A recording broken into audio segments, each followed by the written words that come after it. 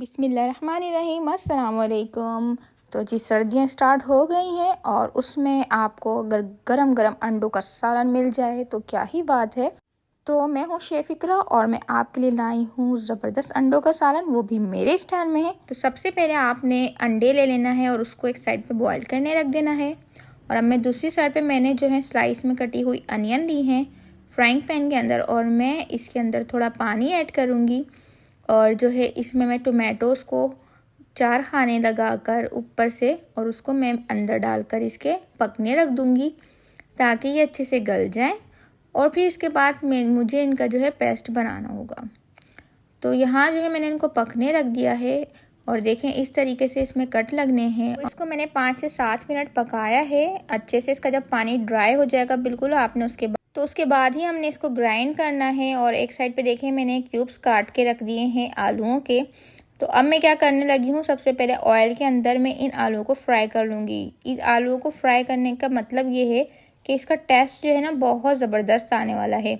इसलिए मैं ये बता रही थी कि ये मेरे स्टाइल में है, तो ये जो है मैं अपने तरीके से बनाती हूँ, वही आपको रेसिपी सिखा रही हूँ।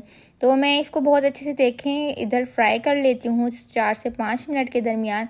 और ये बहुत अच्छे से जब फ्राई हो जाते हैं, ऊपर की पूरी स्किन इसकी गोल्डन होने लगती है, तो मैं निकाल लेती हूँ। अब जी बारी है इसकी ग्रेवी बनने की। तो जो मैंने प्याज और टमाटर का मिक्सचर बनाया था, हमने इसको डाल देना है ऑयल के अंदर और इसकी करना है भुनाई विद मसाला। तो अब जो है मैं इसके साथ ही लहसुन अदरक का पेस्ट डाल रही हूँ। अब जो है मैं इसमें हल्दी पाउडर डाल रही हूँ 2 टीस्पून के करीब। फिर मैं इसमें डालूँगी रेड चिली पाउडर 2 टीस्पून के करीब। और फिर इसके बाद मैंने इसमें ऐड किया है पिसा हुआ धनिया 1 टीस्पून। और फिर मैं इसमें नमक डाल के जो है पानी डालूँगी थोड़ा सा, और इसको कवर अप करके थोड़ी देर में पकने रख दूँगी, तकरीबन 6 से 7 मिनट के करीब, ताकि इसके जो मसाले हैं वो फूल जाएं। और फूलने के बाद जो है ये बहुत अच्छा सा सालन जो है तैयार हो जाए, क्योंकि इसमें जो है ना कच्चापन मसालों का नहीं रहना चाहिए।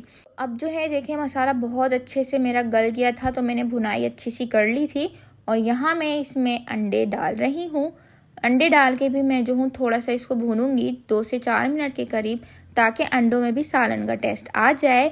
और फिर जो है मैं इसके अंदर ऐड कर दूंगी जो मैंने फ्राई किए थे आलू।